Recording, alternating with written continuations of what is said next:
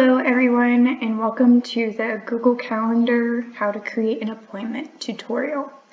So you're standing at the iPad and you have the home screen there. You're going to click on the Google Calendar app icon, which looks like this 31 blue calendar up here in the corner on the left side, and it will say Google Calendar. Go ahead and tap on it. It's going to open up a screen that's similar to this. The appointments are going to change depending on what week you're on. And we are going to discuss how to schedule appointments for Angie and Sam. Now, Angie only takes appointments on Mondays and Tuesdays, and Sam takes appointments on Wednesdays. So Angie's appointments run from 9 a.m. to 2 p.m. with her last appointment being at 2 p.m. Again, on Tuesday, Angie takes appointments from 9 a.m. to 4 p.m. with her last appointment being at 4 p.m. Excuse me. And Sam takes appointments on Wednesdays from 10 a.m. to 3 p.m. with 3 p.m. being her last appointment. Angie's appointments are always green, and Sam's appointments are going to be purple. Our appointments are on the hour every hour, meaning that our appointments are at 9 a.m., not 9:30 a.m., or 10 a.m. and not 10:30 a.m. So you'll have an appointment at 9, at 10, at 11, and so on and so forth until the last appointment time is available. Now you'll see over here, Angie and Sam both have a meeting on Wednesdays at 2. So no client meetings will be scheduled at that point in time. Now, Angie does have another meeting scheduled at 12 p.m. on Wednesday, but that does not affect Sam's schedule. She can still take appointments at 12 p.m., just not at 2. So you can schedule an appointment at 9, 10, 11, 12, and 3 o'clock for Sam. And then we'll skip over to this next week to do an example of how you'll put in an appointment. So let's say that our customer would like an appointment on Monday, March 18th at 9 a.m. and her name is Jane Doe, for example. So you'll click in this little bubble area relatively where 9 a.m. is, and you'll see that it auto-populates to 9 a.m. to 10 p.m. 9 a.m. to 10 a.m. and you'll leave that because we only want them set for an hour, and you'll type in the customer's first and last name in the title. So like I said, her name was Jane Doe.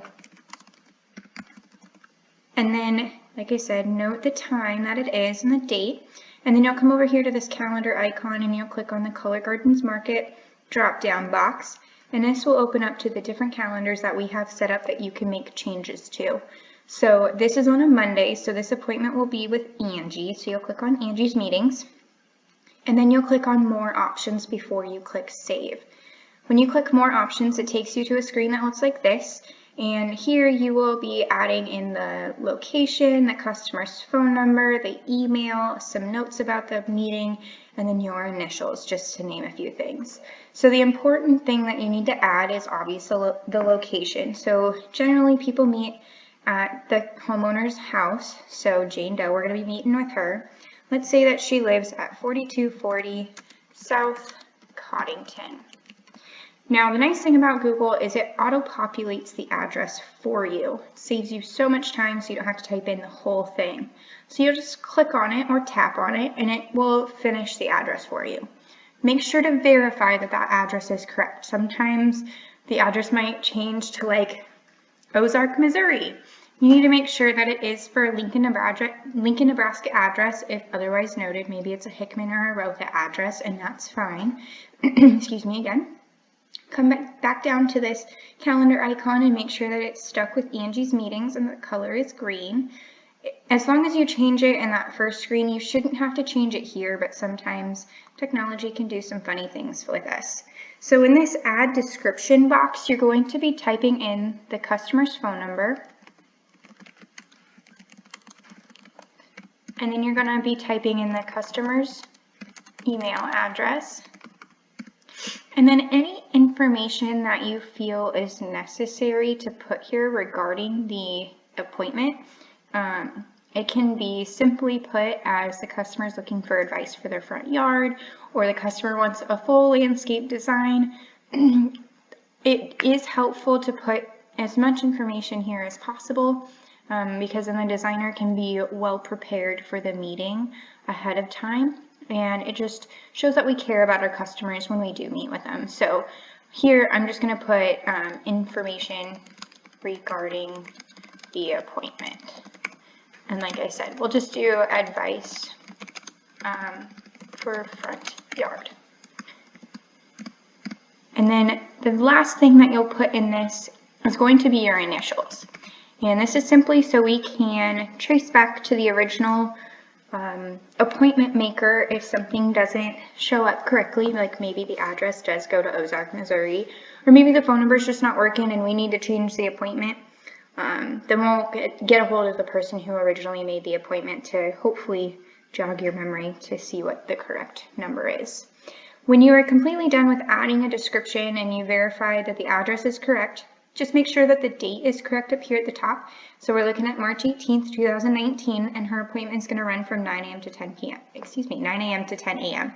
The appointments don't always last an hour, and you can tell the customer that, but we do like to plan for an hour just in case. So then once you're completely done and you verified everything and you don't need to change anything over here, you can click the Save button, and that will save into the 9 to 10 a.m. block. Your next appointment available would be Monday, March 18th at 10 a.m. and then so on and so forth. As I mentioned before, just make sure not to double book the designers. If you have questions, definitely just call the designers or ask a manager there in the store. Let's say that Jane Doe calls back and she cannot meet on Monday, March 18th, but she has time next week on Wednesday, March 27th. Which now becomes a Sam's meeting. But she has all of these appointments booked except for a 1 p.m. So you'll ask the client if the 1 p.m. appointment works on Wednesday, March 27th, and you'll go back to her original appointment, and you'll click on it, or tap on it, and you'll hit this pencil icon. So you'll click Edit Event, and then you'll change the date by simply clicking on the date or tapping on the date, and then find the Wednesday, and it shows up for you, and click on the 27th. And then make sure to change the time, and you'll change it to 1 p.m., and it'll say 2 p.m. Then, once again, this is on a Wednesday, so now this becomes Sam's meeting, so you'll have to change Angie's meeting into Sam's meetings, and click Save. Now, it's no longer here on Monday, March 18th, but you need to verify that it did go to Wednesday, March 27th. And look at that, there it is. So hypothetically, she was booked for 9 a.m. and 10 a.m. and 11 a.m. and 12 p.m. So the only thing that Sam had available was a 1 p.m. and it worked for the customer and you changed it to that date. The next thing too is you'll notice when you click on the bubble, it automatically assigns the calendar as Color Gardens Market. We need to make sure to change this because Sam and Angie cannot see it on their Google Calendars app on their phone. We have it set so it doesn't show up. So you need to change that to whoever the corresponding designer is on their date that they take appointments. So like I said before, Angie's meetings are on Mondays and Tuesdays only, and Sam meets on Wednesdays only. If you have questions, as I mentioned before, definitely just contact the designers or get a hold of a manager that's there in the store. And hopefully that was a simple, easy tutorial. If you have more questions, just ask. Thanks, guys.